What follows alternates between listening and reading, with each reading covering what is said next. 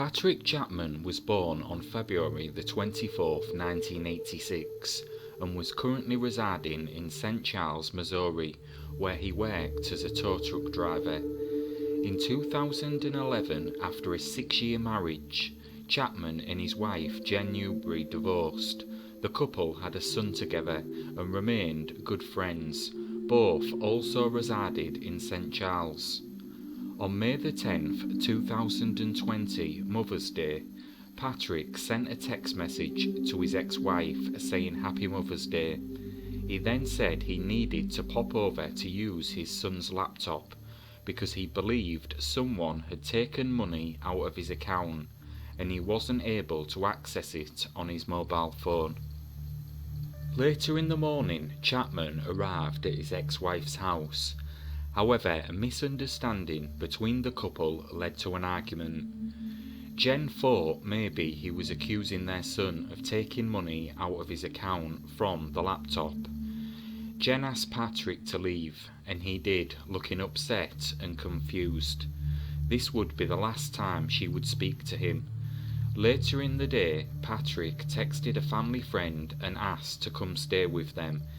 The home was about 3 hours away near Mill Spring, Missouri. He had briefly dated their daughter and would sometimes stay at their home from time to time if needed. He arrived in his burgundy 1995 Ford Escort wagon at approximately 10 p.m. with the intention of staying the night. The next day, on May the 11th, 2020, his friend woke up around 4 a.m. to go to work, but Patrick was nowhere to be seen. His 1995 burgundy Escort station wagon he had been driving was also gone. Patrick was known to couch surf or go camping, so initially no one was too concerned. Most believed he had just moved on to a different location. But when no one had heard from him over the next couple of weeks, the family friend reported him missing to the Wayne County Sheriff's Office on May the 30th. Unknown to them, his vehicle had already been located the day before. On May the 29th, Chapman's car was found abandoned on a four-wheeler path in a heavily wooded area of the Mark Twain National Forest, less than 2 miles from where he was last seen, not far from the Mill Spring Cemetery. It's a very rural, heavily wooded area with very rough terrain and with no cell phone service. There was severe damage to the vehicle's bumper and all 4 tyres were flat. Inside the car were Chapman's wallet, identification, medication and other belongings. His car keys and cell phone were missing. According to his family, the vehicle was wiped clean of fingerprints and his wallet had no cash. For investigators, there wasn't much to work with. Family and friends were interviewed and it was determined his bank account hadn't been accessed. Search crews searched the area where Patrick's car was found, along with other areas where he might have previously gone camping or slept in his vehicle, in the hope some clues could be uncovered, but none of the teams found anything in connection to Patrick's disappearance. In the months that followed, multiple grid searches were conducted.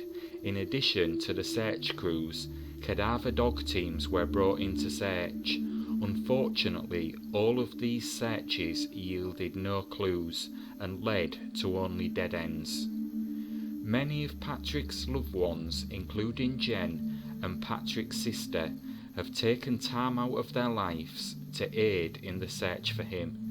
Jen added that those searching the rural area where Patrick's car was found have had to invest in hiking gear and snow gear in order to negotiate the rough terrain.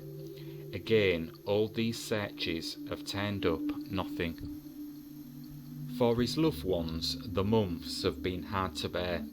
Both Jen and Megan told Dateline that the idea that Patrick could have taken off to start a new life or possibly even taken his own life, have come up, but they don't believe that's what happened. He wouldn't have left his son, Jen said. His son meant the world to him. She also stated she doesn't think Patrick would have left without the medication in his car or the money from his stimulus check behind in his bank account. If we don't find him in the area near where his car was found, then there's foul play involved. For investigators, Patrick's case is nothing more than a missing persons case. Foul play has not been ruled out, but it is not being actively pursued. As the months and the years have passed with no news, his family now struggle with the notion that this is now probably a recovery mission rather than a rescue mission. However, they are determined to find answers and bring him home. Family and friends are offering a $3,000 reward for information leading them to Patrick's whereabouts.